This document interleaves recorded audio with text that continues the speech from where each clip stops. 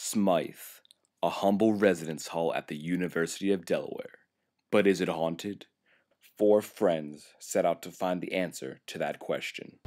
This past winter session, me, Ben, Spencer, and Gabe were all living in this building taking winter classes. And a few days, or maybe a week or so, into winter session, we were noticing strange scratching noises and pounding coming from above us, which is this floor, the fourth floor. But nobody lives here. Nobody lives here during the regular semester, and nobody lived here during winter session. So we thought that was kind of weird, and we decided to check it out. When we first discovered the fourth floor, came up, as soon as you go through the door, just know something's not right. You know, the door is creaking and closes at random speeds and everything. You come down this hallway, it's just eerie. So there's all this weird lighting, and there's half-done bulletin boards, and some are empty, and there's just all these random doors abandoned. And you come to these sprinkler rooms, and we just randomly opened it. Don't think it's supposed to be open. Could be something wrong. So when we get in the sprinkler room, see that picture, and then you see the door. The door's locked. It's got scratches on it, and for some reason that door is locked.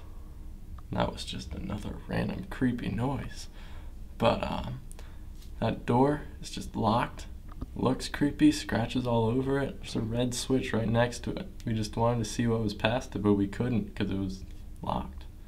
Every door was locked except for the door to this room, which is the sprinkler room. Not this room here, this was locked. But the room right here, the sprinkler room, was unlocked.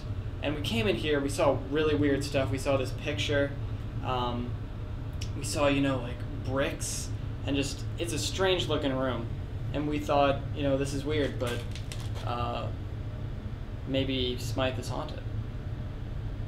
So we heard about the story of an incident here from the 70s when this was an all-girls dorm and no guys were allowed in.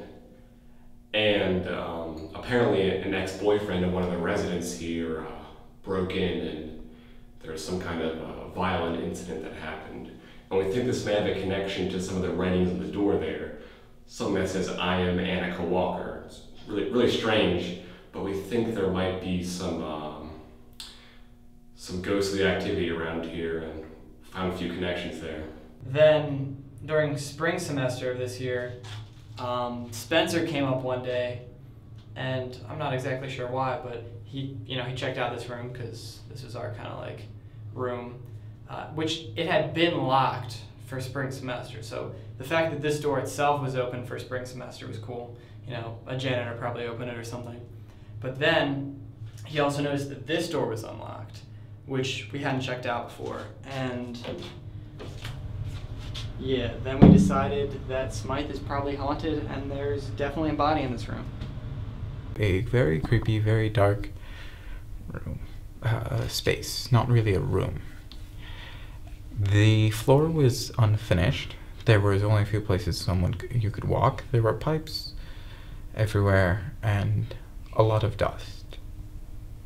There were several holes in the floor, but we could not investigate them too closely because the narrow area that we could walk on was not at all close to those areas. We didn't find a whole lot in the space. A few boxes with cleaning supplies, some pipes, and an emergency power switch at the end of the walking space. We found out that the space had been much larger than we originally thought, but we didn't find anything conclusive in there. Many questions still remain. Who was Annika Walker? Is she the girl in the picture? Why is the fourth floor so damn creepy? What's with this random area on the fourth floor? One thing is for sure though.